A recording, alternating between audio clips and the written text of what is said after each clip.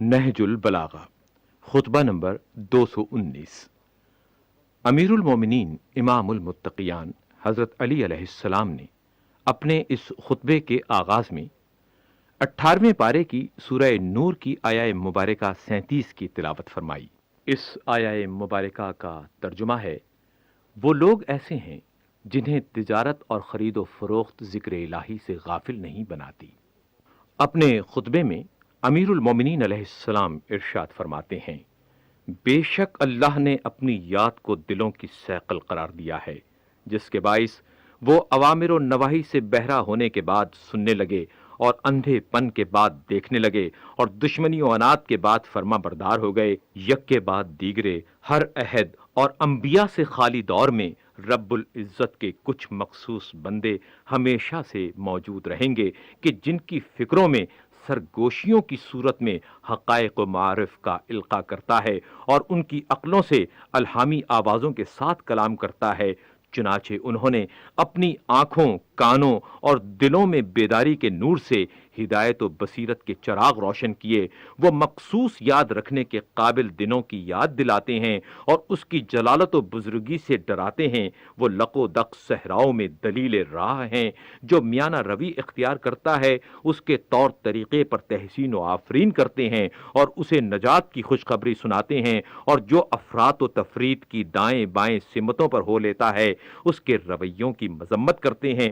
اور اسے تباہی و ہلاکت سے خوف دلاتے ہیں۔ انہی خصوصیتوں کے ساتھ یہ ان اندھیاروں کے چراغ ہیں اور ان شبہوں کے لیے رہنما ہیں۔ کچھ اہل ذکر ہوتے ہیں جنہوں نے یاد الہی کو دنیا کے بدلے میں لے لیا۔ انہیں نہ تجارت اس سے غافل رکھتی ہے، نہ خرید و فروخت، اسی کے ساتھ وہ زندگی بسر کرتے ہیں اور محرمات الہیہ سے متنبہ کرنے والی آوازوں کے ساتھ غفلت شعاروں کے کانوں میں پکارتے ہیں، عدل و انصاف کا حکم دیتے ہیں اور خود بھی اس پر عمل کرتے ہیں، برائیوں سے روکتے ہیں اور خود بھی اس سے باز رہتے ہیں۔ گویا کہ انہوں نے دنیا میں ہوتے ہوئے آخرت تک منزل کو طے کر لیا ہے، اور جو دنیا کے عقب میں ہے اسے اپنی آنکھوں سے دیکھ لیا ہے، اور گویا کہ وہ اہل برزخ کے ان چھپے ہوئے حالات پر جو ان کے طویل عرصہ قیام میں نہیں پیش آئے آگاہ ہو چکے ہیں، اور گویا کہ قیامت نے ان کے لیے اپنے وعدے کو پورا کر دیا ہے،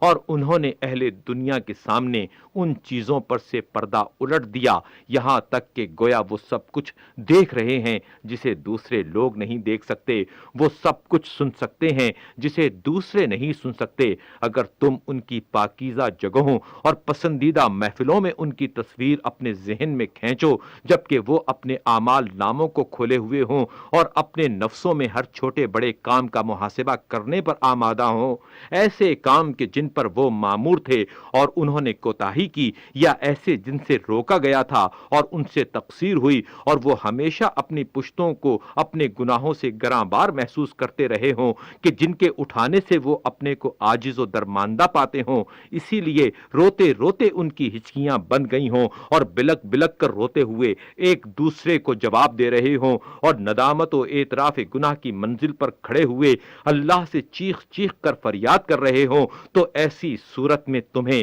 ہدایت کے نشان اور اندھیروں کے چراغ نظر آئیں گے کہ جن کے گرد فرشتے حلقے کیے ہوئے ہوں گے۔ تسلی و تسکین کا ان پر درود ہو، آسمان کے دروازے ان کے لیے کھلے ہوئے ہوں، عزت کی مسندیں ان کے لیے مہیا ہوں، ایسی جگہ پر کہ جہاں اللہ کی نظر توجہ ان پر ہو، وہ ان کی کوششوں سے خوش ہو اور ان کی منزلت پر آفرین کرتا ہو، وہ اسے پکارنے کی وجہ سے عفو و بخشش کی ہواؤں میں سانس لیتے ہوں، وہ اس کے فضل و کرم کے احتیاج میں گروی ہوں، اور وہ اس کی عظمت و رفت کے سامنے ذلت و پستی میں جکڑے ہوئے ہوں۔ غم و اندوہ کی طویل مدت نے ان کے دلوں کو زخمی اور گریہ و بکا کی صورت نے ان کی آنکھوں کو مجروح کر دیا ہو۔ ہر اس دروازے پر ان کا ہاتھ دستک دینے والا ہے جو اس کی طرف متوجہ و راغب کرے، جو اس سے مانگتے ہیں کہ جس کے جود و کرم کی پہنائیاں تنگ نہیں ہوتی، نہ خواہش لے کر بڑھنے والے نہ امید پھرتے ہیں۔ تم اپنی بہبود کے لیے